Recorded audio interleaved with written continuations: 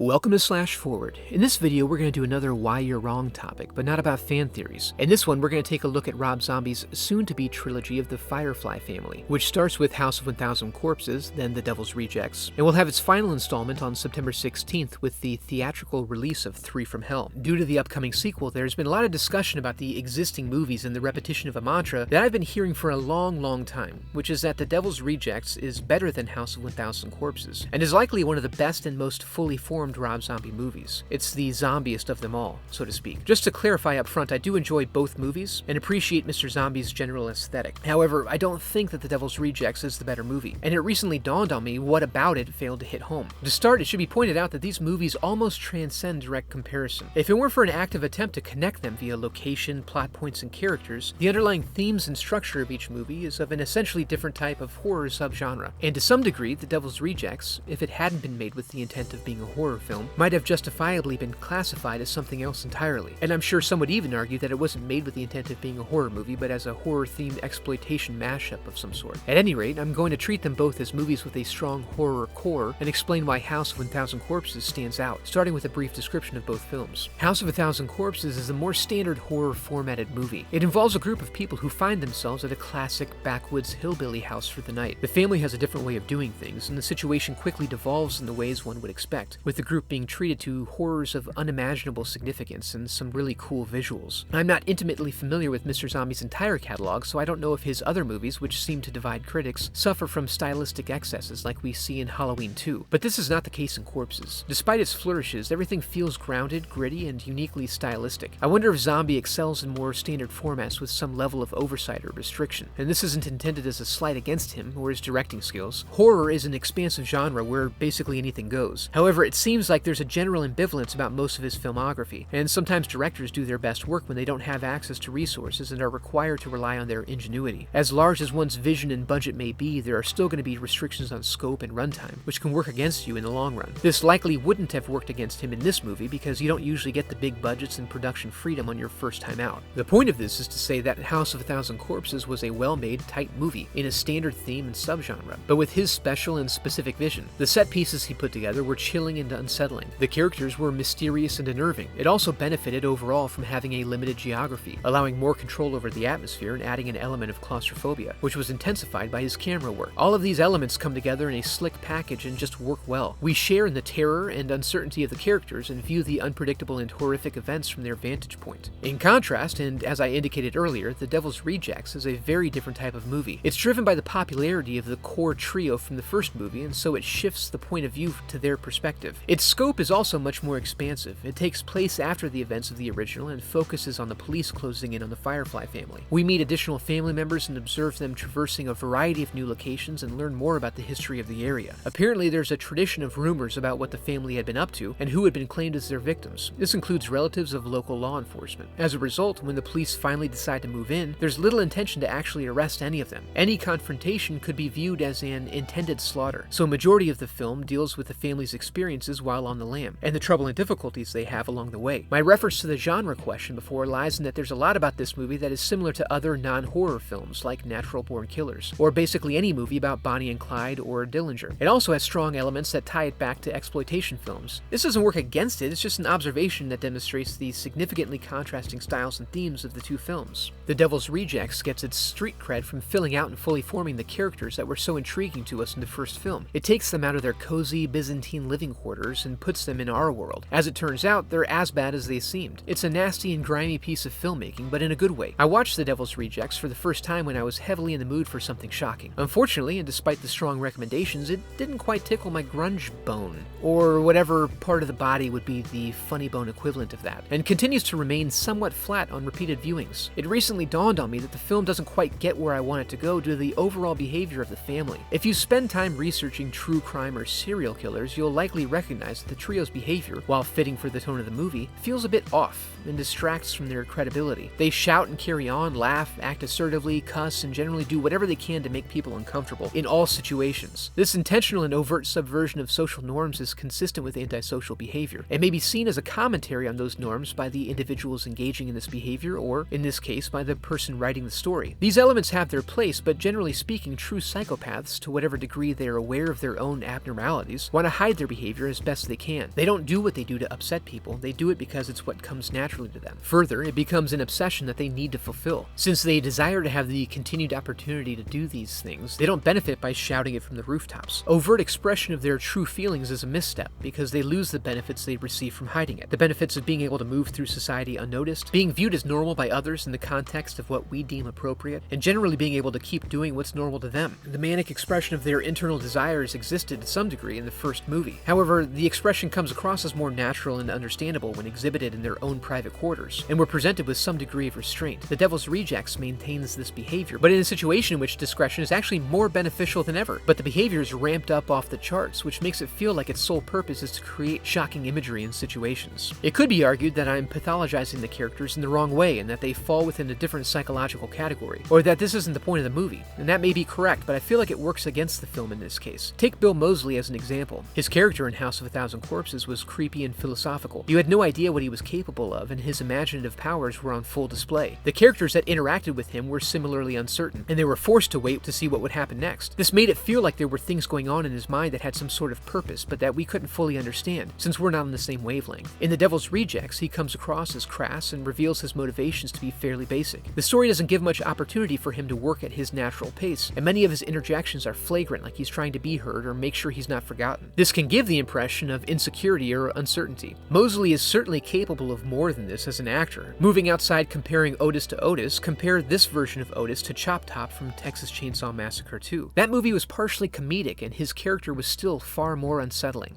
Good night. Good night. Good night. Good night.